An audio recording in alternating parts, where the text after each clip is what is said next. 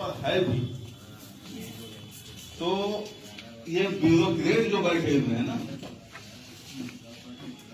उनकी मंशा पता नहीं हुकूमत को बदनाम करने की है या क्या है, ये तो वही जानेंगे। काम नहीं होने देते हैं मदरसों का।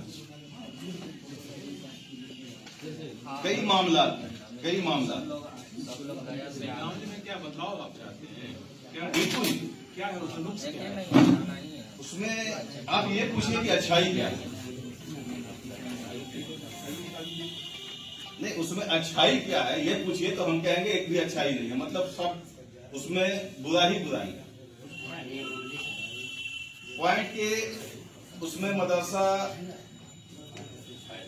की जो बहाली होती है वो मैनेजिंग कमेटी करती है। माइनॉरिटी स्टेटस में है, माइनॉरिटी एक्ट में है, हमको इतना हुकूक है कि उसकी बहाली इवन के माइनॉरिटी इंस्टीट्यूशन एक्ट में साफ लिखा है कि कोई भी कौम अपने कास्ट के आधार पे या लैंग्वेज के आधार पे इदारा कायम कर सकता है।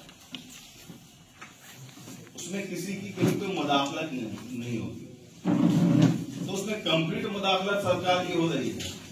सब कुछ मेरा, जमीन मेरी, भवन मेरा, आप सिर्फ एड देंगे, ग्रांट देंगे। उनका कहना है कि बाहर नहीं करेंगे, होटल हमारा होगा। मतलब एक आदमी अपनी पूरी दौलत लुटा दिया,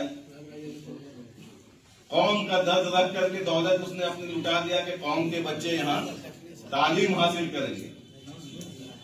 सरकार बोलती है नहीं, वो तो अब मेरा, ऐसा नहीं होगा। इस मामले में हम लोग वोट भी गए हुए हैं। बहालियां सारी लगी हुई हैं। सर, बहाली जो अभी आपके यहाँ नहीं हो रही है, जब से चेयरमैन जो नहीं है जी, तो अब तक कितनी सीट खाली है पूरे बिहार में? हमको लगता है कि कम से कम इसमें 42 से 4500 सीट खाली होगी, उससे ऊपर ही होगी। और उसका नतीजा ये होगा कि सारे मदारिस में ताले लग रहे हैं। इसके लिए क्या करेंगे आप लोग? कोई तहरीक चलाएंगे, सड़क पर उतरेंगे, क्या करेंगे? या सीएम से मिलेंगे? नहीं, देखिए सीएम से मिलने की बात है कि तो सीएम से मिलने के लिए हम लोगों ने कई बार उसके लिए कोशिश की, लेकिन पता नहीं क्यों मुलाकात नहीं हो पाती है। या तो उनको वक्त नहीं है या हमारी अर्जी वहां तक पहुंच नहीं पाती।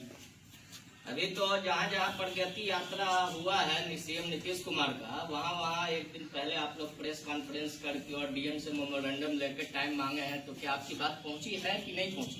जाहिर सी बात है, इसी उम्मीद के साथ हमने एक तारीख और एक ही वक्त में पूरे बिहार में प्रेस कॉन्फ्रेंस करवाया और उन लोगों को कहा गया कि डीएम को आप मेमोरेंडम दीजिए, मतलब सीएम को मेमोरेंडम दीजिए थ्रू डीएम, बजरिया डीएम। तो मेरा ख्याल है कि लगभग हर जिला में जहां प्रेस कॉन्फ्रेंस हुआ पूरे बिहार में हुआ, तो हर डीएम तो भेज दिए होंगे। तो यहाँ ना मिलने का तो सवाल ही नहीं। सर एक काम करिए, पहले मुख्य पॉइंट को बोल दीजिए, उसके बाद प्रश्न आगे कीजिए। अब वो समझ में नहीं यार, हम कितनी कट करें कितनी कट करें। पहले मुख्य पॉइंट को बोल दीजिए, उसके बाद प्रश्न आगे कीजिए। क्या भैया वो पहले रख दीजिए। देखिए हमारे, हाँ हम बता रहे हैं, हमारी जो मुख्य मांग है बिहार राज्य मदरसा शिक्षा बोर्ड का गठन। दूसरी मांग है बिहार सरकार द्वारा अनुदानित सभी कोटि के मदरसों को अल्पसंख्यक विद्यालय का दर्जा देना। उसके बाद सभी कोटि के मदरसा शिक्षकों को वार्षिक वेतन वृद्धि, चिकित्सा भत्ता, आवास भत्ता का लाभ देना। चौथा है 205 एवं 609 कोटि के वेतन बंद शेष मदरसों को जल्द से जल्द वेतन भुगतान किया जाए। 2459 प्लस 1 कोटि में से बचे 1646 एवं 339 प्लस 2 कोटि के सभी मदरसों को जल्द से जल्द अनुदान दिया जाए। 1128 कोटि के मदरसों में कार्यरत नियमित हाफिजों के वेतन विसंगति को दूर किया जाए। मदरसों में सालों से खाली पड़े रिक्त पदों पर जल्द से जल्द शिक्षकों की नियुक्ति की जाए। मदरसा विज्ञान शिक्षकों का सामान्य शिक्षकों के साथ समायोजन किया जाए।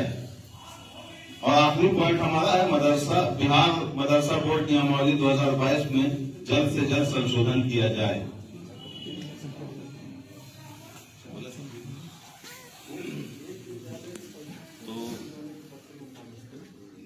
मुख्य मांग है हमारी।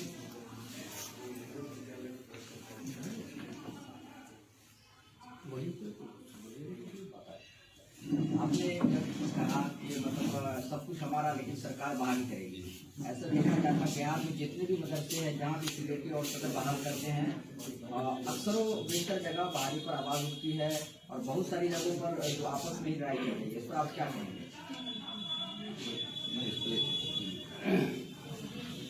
देखिए, बहाली को लेके नोटिफिकेशन 2022 ये अभी तस्करा कर रहे थे, उसमें दरअसल सरकार ने एक पोर्टल बनाने के वादा किया, बात किया है।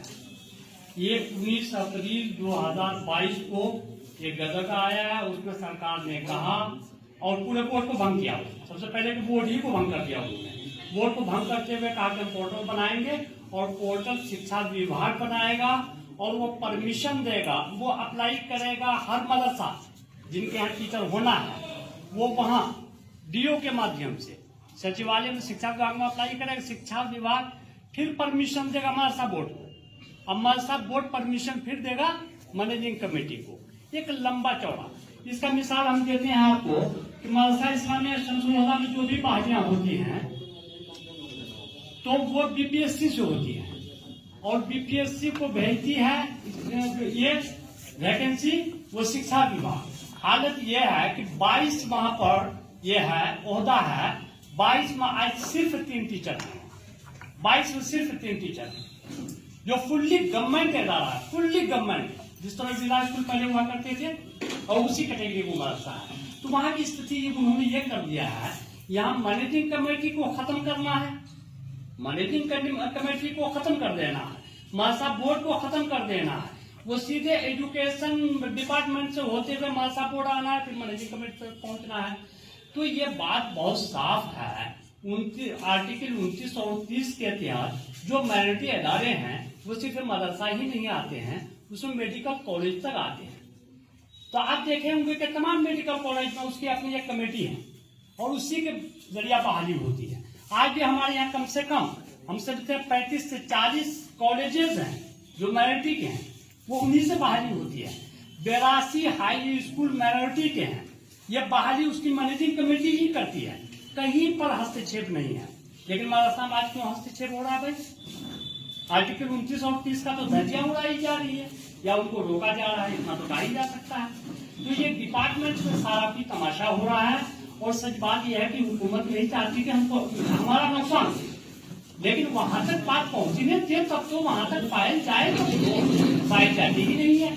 जिस वजह से असातिज़ा या टीचर जो मदारिस हैं जो बेनिफिट मिलना चाहिए उनको बेनिफिट नहीं मिल रहा है, बिल्कुल बेनिफिट नहीं मिल रहा है। जब तक नोटिफिकेशन 2022 में सरकार के आदेश पर हम लोगों ने मीटिंग करके जनाब आमिर सुबहानी साहब चीफ सेक्रेटरी के यहाँ 3 बार मीटिंग हुई और उसको सब कुछ सबमिट कर दिया हम लोगों ने, लेकिन वो आज ये अफसोसनाक है, हमारे बहुत बेहद अफसोसनाक है। और हम कहते हैं कि मदारिस लैंग्वेज में अब हमारे यहाँ साइंस की पढ़ाई होती है, हमारे यहाँ हिंदी की भी पढ़ाई होती है, हमारे यहाँ उर्दू की पढ़ाई होती है, एक सब्जेक्ट अरबी की पढ़ाई होती है। उर्दू अगर जिंदा है तो मदारिस से जिंदा है।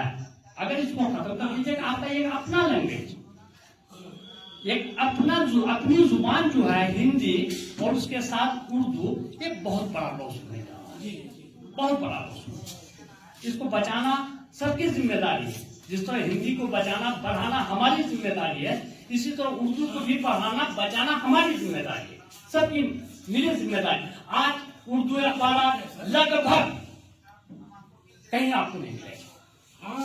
जब उर्दू अखबार खत्म हो जाएंगे, उर्दू की पढ़ाई खत्म हो जाएगी, पढ़ाने वाले को कुछ मिलेगा नहीं, वहां वो जाएगा नहीं जाएगा। इसलिए ये भी हमारा मुद्दा है।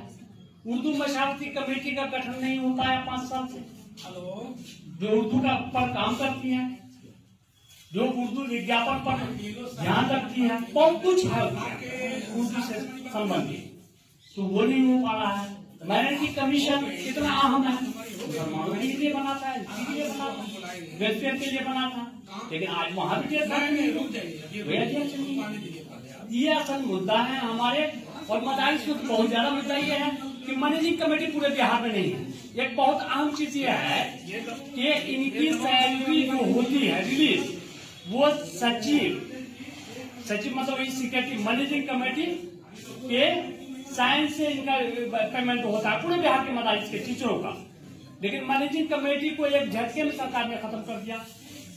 पूरे बिहार में एक भी मदद से मैनेजिंग कमेटी नहीं है। तो हुआ उसका रद्द अमल ये कि काउंटर साइन से इनका ये हो रहा है। और काउंटर साइन किसका हो रहा है? सरकारी कोई भी शिक्षा से संबंधित अफसर है, तो वहाँ अफसर कौन है? तो बीओ है, बीओ से हो रहा है। अब जरा सोचिए किस कठिनाई से गुजर रहा है मदारिस बच पाएंगे? अगर सरकार को ध्यान इधर नहीं दिलाया गया तो मदारिस बच नहीं पाएंगे। और कम से कम 55 से 60 मदरसे में एक भी टीचर नहीं है। 1942 मदरसे में कम से कम 55 से 60 मदारिस ऐसे हैं जहां एक भी टीचर नहीं। उनका क्या होगा? वो मदारिस तो बंद हो गए। अब हमारे माननीय नीतीश जी मुख्यमंत्री बिहार, वो दिल से चाहते हैं कि इनका काम हो, लेकिन उनके इर्द गिर्द जो लोग बैठे हुए हैं शायद वो नहीं चाहते कि इनका मामला वहां तक पहुंचे। इसलिए अब आपसे बहुत ज्यादा हम उम्मीद रखते हैं कि हमारे मसाइल को वहां तक आप पहुंचाएंगे। ये बहुत अहम मसला है, मुसलमानों की इक्तिसादी मसला है, मुसलमानों की तालीमी मसला है, मुसलमानों की सियासी मसला भी है।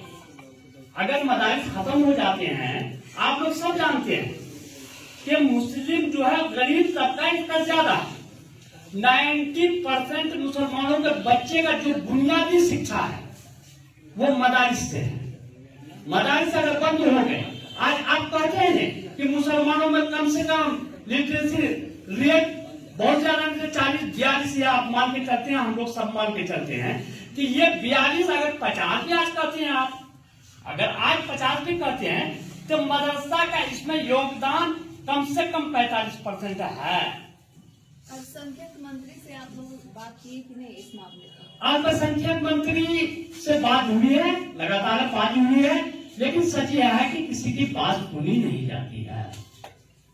मुस्लिम में भी कहता है कि आपका मसला तो आपकी आवाज उठनी चाहिए, सब उठाता है, कौन नहीं उठाता? बोर्ड की तस्वीर हो जाती है, बोर्ड की तस्वीर हो जाती है तो अभी किस नियम के तहत बहाली होगी?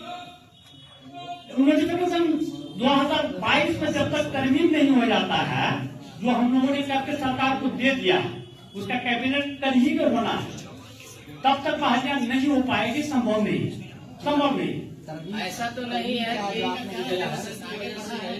हमने तरमीम इसी बात का तस्करा कर रहे थे कि मेडिकल कॉलेज से लेकर हाई स्कूल तक माइनॉरिटी का जितना भी अदारे हैं सब में एक कमेटी है और बाइख्तियार कमेटी है। वो बहालियां करती है, पहले भी करती थी, आज भी करती है। तो मदरसा में बहालियां मैनेजिंग कमेटी के माध्यम से होती थी, आज भी होना चाहिए। जो कल तक हुई है, मतलब पिछले दिनों तक हुई है, उसके बाद कोई बहाली मान रहे हैं तो ओवरऑल इन सब में अगर बहालियां नहीं हो रही तो कौन है दोषी? इसके सबसे बड़ा दोषी तो सरकार को मानेंगे जो हुकूमत में है।